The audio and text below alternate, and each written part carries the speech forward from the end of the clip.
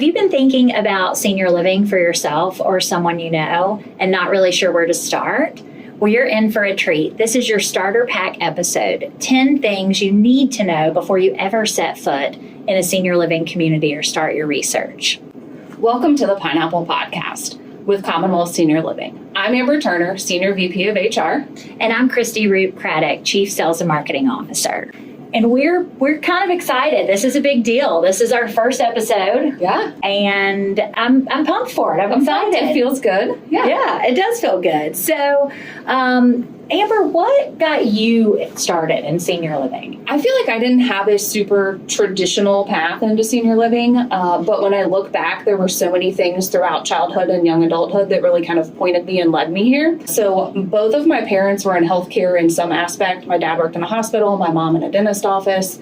And as a child, it was very much kind of ingrained in my brother and I that success is in healthcare, right or wrong. And then as a teenager, my grandmother actually ended up having to live by herself for a while because my grandfather ended up in a skilled nursing facility after he had a health issue and was able to go through rehab and progress and get replaced in assisted living. And when that happened, I spent a year living with her and taking care of her while also going to school. And then we were able to get them back together. And so in my mid-20s, when the opportunity presented itself to come join Commonwealth, it kind of just felt natural. Mm-hmm. And then, really tying it back to having that calling to a greater purpose in what we do. Yeah, and that's awesome. That's really what I strive to do for the teams that we get to support. How about you? What got you in and what's your why? Gosh, I feel like I've always known that old people are cool because old people are cool. And kind of similar in the sense of I feel like it was just part of my DNA. As a family, the church that I grew up in had a really large, dominantly so, elder population. And so I felt like I was always surrounded by a lot of extra or bonus grandparents. And then we did a lot of volunteer work as a family and through church at what used to be referred to as rest homes back in the day, like back in the 80s. And so I had a really high comfort level, but also just felt like a gravitational pull to be around seniors. So my sister also would work as a caregiver at a rest home. So I spent a lot of time volunteering there. My grandmother also went through the journey of moving through senior living from independent living all the way through skilled nursing through the end of her life. So I knew going to college and when I started researching colleges that gerontology was going to be my path. I didn't know exactly how I was going to use it. And then I had an internship my junior year of my undergrad, and it was at a CCRC, a continuing care retirement community. And I was like, wow, this is great. And this is where I'm meant to be. And that's all I've done professionally. That's amazing. Yeah.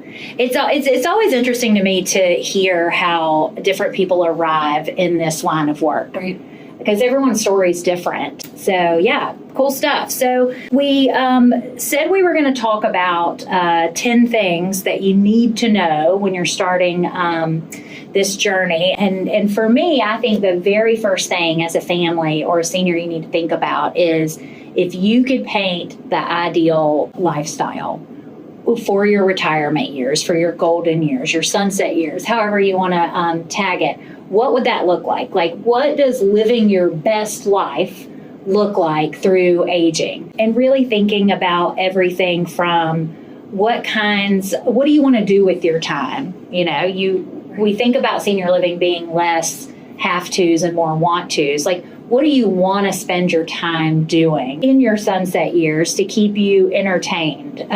Do you want to learn new things? Do you want to be surrounded by like-minded people, or do you want to meet new friends? And that's the beauty, I think, of senior living and making this right choice for you and your family is you get the opportunity to choose the fit that feels right for you. So you can be as social as you want or as private and chill as you want. But I think the most important thing is first really spending some time as a family thinking about what do you want those years to look like and what do you want to be available and be at your fingertips. Yeah, painting that perfect world and how you want to grow and thrive or continue to do the things that you're passionate about. What about non-negotiables? Very important. I would say when you're thinking about senior living, you need to think about what those non-negotiables are. And that could be things as simple as I am bringing my cat with me and it has to be pet friendly, to things about actual space or size of the apartment or suite that you want. It could be certain amenities that are very important, as you said, to keep that lifestyle that you're accustomed to or to thrive. But really thinking about that before you go and visit communities will help you determine more quickly when you are there in person and visiting, is this the right fit for me or not? Another thing we talked about was, leading into those trusted advisors in your life, be it the healthcare providers you interact with and taking, their feedback and thoughts, maybe spiritually your church family or something along those lines. Do you want to speak to that at all? Yeah, absolutely. I mean, I think about any big life decision, and I think selecting senior living is a really big decision that deserves thought and research. But before you even get to the research part of it, I think about, when you make a big decision, you typically discuss it with others. You discuss it with family members, and then you think about your circle, like who's the expert here? And I think for a lot of families, their primary care physicians or other healthcare providers certainly are valuable to them for insight and for opinion. So asking as a family or as a senior yourself, asking your primary care physician, what do you know about senior living options in this area? Where would you recommend, right? You mentioned spiritual leaders. I think that's important to a lot of families. And if you think about as you age, and I think about the church that I grew up in, the ministers and priests and spiritual leaders talk to and advise and counsel a lot of families. So I think that's a really important person or persons to engage with. A lot of families have a lot of trust in their wealth advisor, their financial advisor, because there's a big component of making this decision is financial, and they're going to be able to give you really great advice. So I don't think it's a specific and hard, fast list, but I think for each family, you think about who are those people you trust their opinions. They know the area or they know the market that you're looking in or wanting to explore options, and that's where you start. Another part of the research is, and I think it's a really big one right now, is doing your research online to find out what actual consumers are saying. So, Amber, think about the last time you purchased something on Amazon. Yeah. And it's not something you've purchased before. So talk through how you determine which product or which item you're going to purchase. Oh, yeah. When I purchase anything, right, you look at the reviews. Is it 4 stars? Is it 5 stars? Have 4 people given a review or have 400 people given a review? And certainly, if something is lower stars and has less number of reviews, I'm probably going to pick a different comparable product that is reviewed higher and has more feedback. I'm going to read the comments. I'm going to watch the videos if they're available so that I feel good about the purchase in advance. And of course, my Amazon purchase doesn't really compare to the magnitude of moving into a senior living community and, that purchase as a family. But I mean, it's relatable in the sense of, Right. You're looking online and we want to, as consumers, hear what other people have to say. Because when you go to purchase anything, even think about going to purchase a car or you're going to look at real estate. The person selling to you is going to tell you the positive aspects of that product, of that service, which is important, right? They're the expert for that particular item. But, I think about any vehicle I've purchased or even purchasing homes in my life or moving to new towns or whatever it may be. I listen to that person, but I also do a little bit of my own research behind the scenes to try to find out what actual consumers are saying. And so when you think about senior living, they're just as easy as it is to get the reviews on Amazon for a product. It's just as easy to look at what consumers are saying for different senior living communities. So you can look at the Google business listing just like you do anything else. You certainly should go and look at, as you said, kind of drilling down into those comments, if there's pictures, if there's videos, all really important stuff. And then looking at websites. looking at their social media presence. Social media, as we know, is kind of the window into the world and lives of individuals, and that's no different for senior living. Going and looking at, what pictures are they posting? Do the residents and the families and the associates look engaged? All important parts of that research phase, both with trusted advisors, with doing your online research, and then looking at social media. We talked about cost earlier. We did. Just a little bit when we were thinking about those non-negotiables. So, and we talked about maybe some families look to their wealth advisor, but we know that the number one biggest fear and researched topic around senior living is how much does it cost? And understandably, because you mentioned it's a big decision, definitely bigger than figuring out, do you want this pair of shoes or that pair of shoes on Amazon? But figuring out what your financial picture looks like and what your budget looks like before you go and visit is going to save families a ton of time. It can be overwhelming, and making sure you're trying to narrow that list of visits down to, maybe 3 places, if possible at most. Doing your due diligence and your homework ahead of time to create a budget is really important. And financial advisors, wealth advisors are really helpful for that. But we also have a pretty cool self-assessment on our website that's really helpful and free to use, as well as a cost calculator. Because unless you kind of work in the space or you've walked that journey of senior living, there's so many unknowns.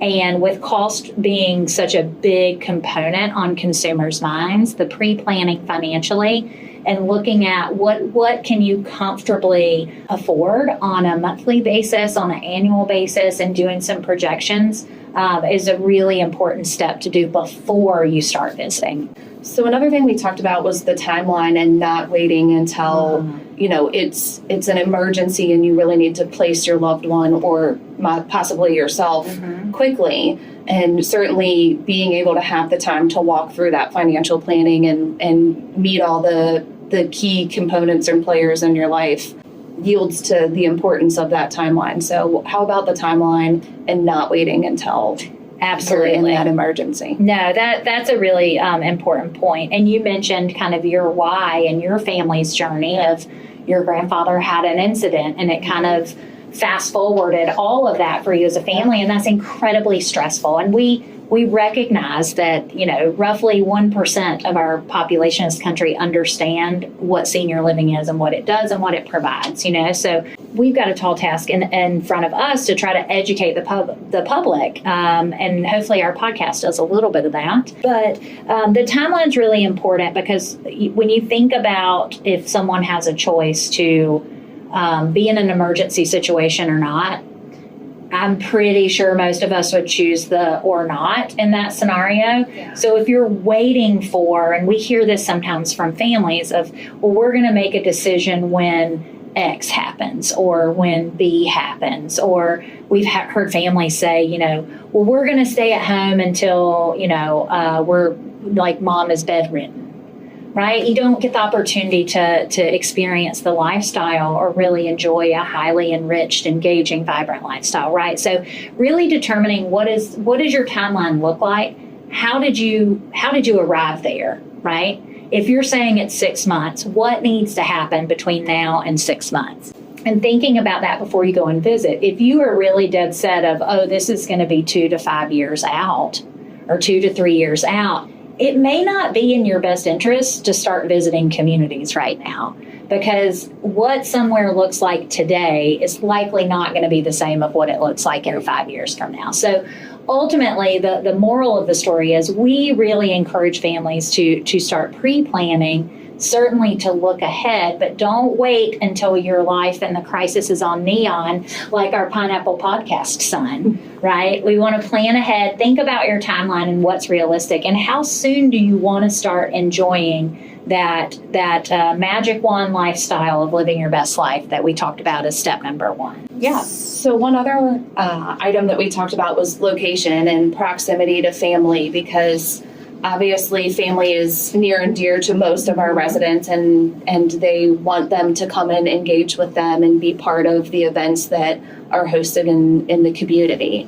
So I think another component would be location. Absolutely. And you want to think about location, not just for yourself, the senior, and maintaining those connections and lifestyles you have. I mean, one thing that we talk to families about a lot of times is, Commonwealth Senior Living wants to enhance your lifestyle, not be a hard stop, hard start for something completely new. So we think it's really important for seniors and their families to maintain their connections, all the things that bring them passion. And then when they choose Commonwealth as their home, we just add to that lifestyle. So if you have, clubs that you're part of, or your favorite restaurants, or, you go to the Y to swim, whatever that routine is, you want to think about being in the same proximity of that. Likewise, and you mentioned with families visiting or friends that are visiting, your social network,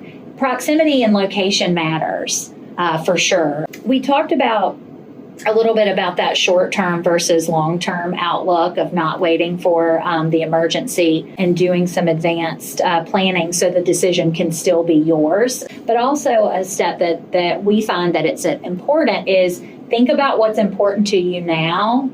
This is kind of like the crystal ball question, and think about maybe what sort of services, amenities, and progression of support you're going to want long-term, right? We're all aging day by day. I mean, I hate to admit to it. Some of us age quicker than others, it seems. But, you want to think about not just today, but in the long term, right? So you mentioned that your grandfather had kind of gone in a few different directions, right? You said skilled nursing, then assisted living, then back home. And so, I don't know what that scenario was for you as a family specifically, but a good thing to think about is it important to you to have that progression of care on one site or one location should the need arise? And in our situation, we kind of flew by the seat of our pants initially. And then by the time my grandmother was able to join him, we had really been able to dig into that and were able to get them together in a place where they could continue through the levels of care through the end of their lives. Yeah. And I think that's really important. So we would say the last kind of part, or number 10 of this starter pack of what you need to do before you get started is, oh my gosh, what to bring. So what do you think would be important to you in your home right now if you were moving into senior living? What would be some of those most valuable pieces or things or mementos that you'd want to bring with? Right. I mean, my first thought goes to pictures, right? Mm-hmm. Like family is so important, and making sure that those items can come with me. Obviously, downsizing is a huge part of this move. Mm-hmm. And so, picking some of my favorite, most comfortable outfits and jewelry and probably my favorite blanket, so that it feels like home as it becomes my home. Mm-hmm. I think about, for me, I would want to bring the parts of my home now that I feel like I live the most in. Yeah. Right? So I think about a particular chair that's important to me. I think about a small table that I drink coffee at in the morning, and sometimes I have my cocktail in the evenings, and it's a reflective kind of happy place for me, right? So thinking about the furniture is important, thinking about the decor, because you want it to reflect your lifestyle. I mean, if you walk in any of our homes, you can start to pick up on what's the personality, what's the lifestyle, and that should come with. And most senior living environments allow you to bring your own personal effects. And I know it's something at Commonwealth we certainly encourage seniors and their families to personalize it, bring what's going to be comfortable for them. And those are all things to think about, because as you start to set up those visits in person, knowing what some of those important pieces are to bring with will help you then determine what size apartment or suite is going to make the most sense. So today we talked about kind of that starter pack. What are the 10 things that you really need to, really should get together before ever making a visit or scheduling a visit if you're exploring senior living? And it really, again, starts with designing and understanding what's important to you in your lifestyle. How are you going to live your best life? What does that look like? Doing your research, both with your circle, online, looking at social media to try to understand what other people are saying about the places that you're looking. Planning ahead is looking at your financial picture and determining what that timeline looks like. Remember, we don't want to be neon.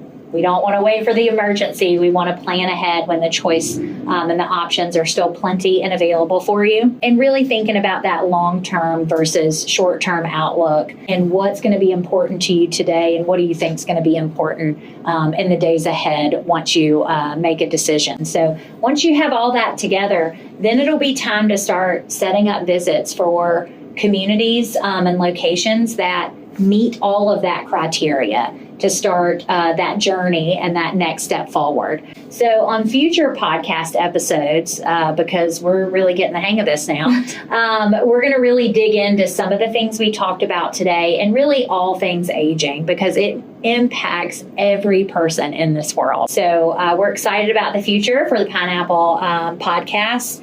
And we certainly appreciate the time and attention that our viewers have put in with us today. But remember, at Commonwealth Senior Living, we lead with heart, we do the right thing, and help seniors live their best life. Thanks for joining us on the Pineapple Podcast.